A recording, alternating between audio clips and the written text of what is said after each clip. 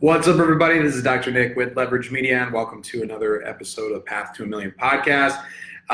This is where we get into the weeds. This is where we get into the confusing part, the part that everybody is worried about and interested in, is how are they going to determine the forgiveness based on your payroll, full-time employee numbers, as well as the payroll amount itself. So first, I want to go through the reduction, so the loan forgiveness reduction based on the reduction in number of employees and how they're going to calculate that number of employees. So let's see here. All right, reduction based on reduction in number of employees. A, in general, the amount of loan forgiveness under this section shall be reduced but not increased by multiplying the amount described in subsection B by, hold on, I gotta pull this in. All right, sorry about that. The amount of loan forgiveness under this section shall be reduced but not increased by multiplying the amount described in subsection B by the quotient obtained by dividing, and that's a lot of language for basically you can't get forgiveness over what you borrowed, regardless if you increase your employee headcount. But what's important is what's about to come.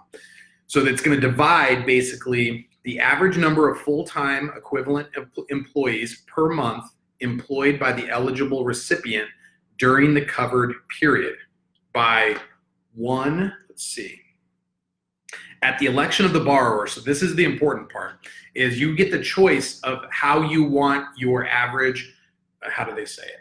You get the choice of how you calculate the average number of full-time equivalent employees per month employed by you during the covered period, all right? So number one is you can, at the election of the borrower, the average number of full-time equivalent employees per month employed by the eligible recipient during the period beginning on February 15th, 2019 and ending on June 30th, 2019. So that's one option, is you can take your average full-time equivalent employees per month employed between February 15th of last year to June 30th of last year. And that's February 15th to June 30th of this year is the covered period for the PPP loans. So they're saying you can take your average per month that you paid full-time equivalent employees for the same time period, the same covered period last year, or the average number of full-time equivalent employees per month employed by the eligible recipient during the period beginning on January 1st, 2020 and ending on February 29th, 2020.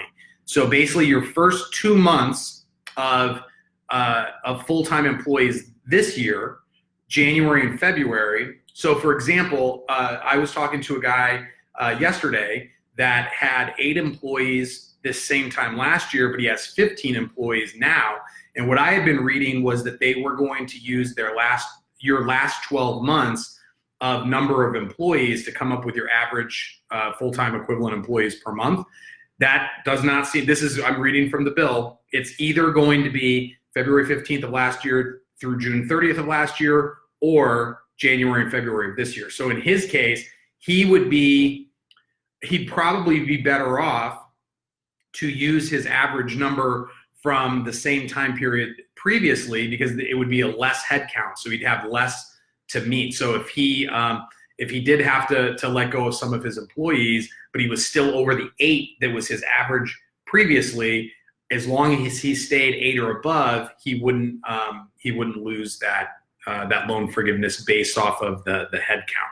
So that was an interesting part, because some people, if you haven't been stable for 12 months, I'm like, that's not going to be super fair.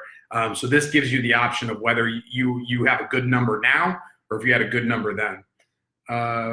Michael Brady, what about part-time? I have 6 part. That's the part they say. This is why this language. I'm gonna have to try to find. This is what happens with this thing. Every time I find something new, it'll have some piece of language where I'm like, oh, I got to go find the definition for full-time equivalent employees. I don't know. I don't really know what that means. I don't know if 2 part-time people equals 1 full-time. Like I've got massage therapists that one of them works, a full day and 2 half days, I think, and the other one works 30 hours a week. I've got another employee that works 30 hours a week. So I don't know 100% what the definition is. So I have to go back and figure out what full-time equivalent employees per month means. But the important part of this is that you can use either the last year's time frame, the February 15th through June 30th, however the average is calculated, or January 1st through February 29th. What if massage therapists are 1099s? I think it's the same. I don't think it matters if it's 1099 or W-2. Okay, I think in the case of an eligible recipient, that's seasonal. So that was basically what I wanted to talk about with the head count. So that's a really important one because the 2 things that they're going to, or the 3 things that they're going to determine what your loan forgiveness percentage is going to be based on is going to be your head count relative to one of these 2 time periods, your payroll amount relative to whatever, I'll talk about that one on the next video. And then third is going to be, did you use the money for the covered categories? So, even if you use the money for the covered categories, but you screw up the head count or the payroll amount, even if you are perfect with using them on the covered categories, you'll get dinged on the forgiveness percentage if you don't. That's why the safest thing to do is to keep 100% of your employees, whether they're part-time or full-time, and pay them 100%. Don't change anything with your payroll. And I think you'll be okay when it comes time for loan forgiveness. But the ones that are trying to figure out some other options, that's where you're going to have to really understand this language, because you don't want to borrow this money, spend it, and then be stuck with it on the back end. So you're welcome, Michael. I think that's it. All right, so I'm going to do the next video is important for this too, because it's on the reduction relating to salary and wages. So these 2 things go together.